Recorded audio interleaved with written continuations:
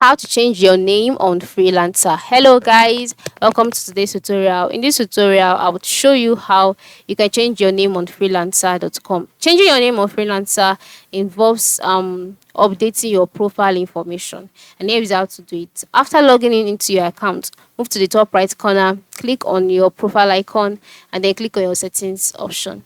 Then after clicking on settings, you can see your profile details page. So on this page, the next thing to do is to select name, all right? Then select your first name.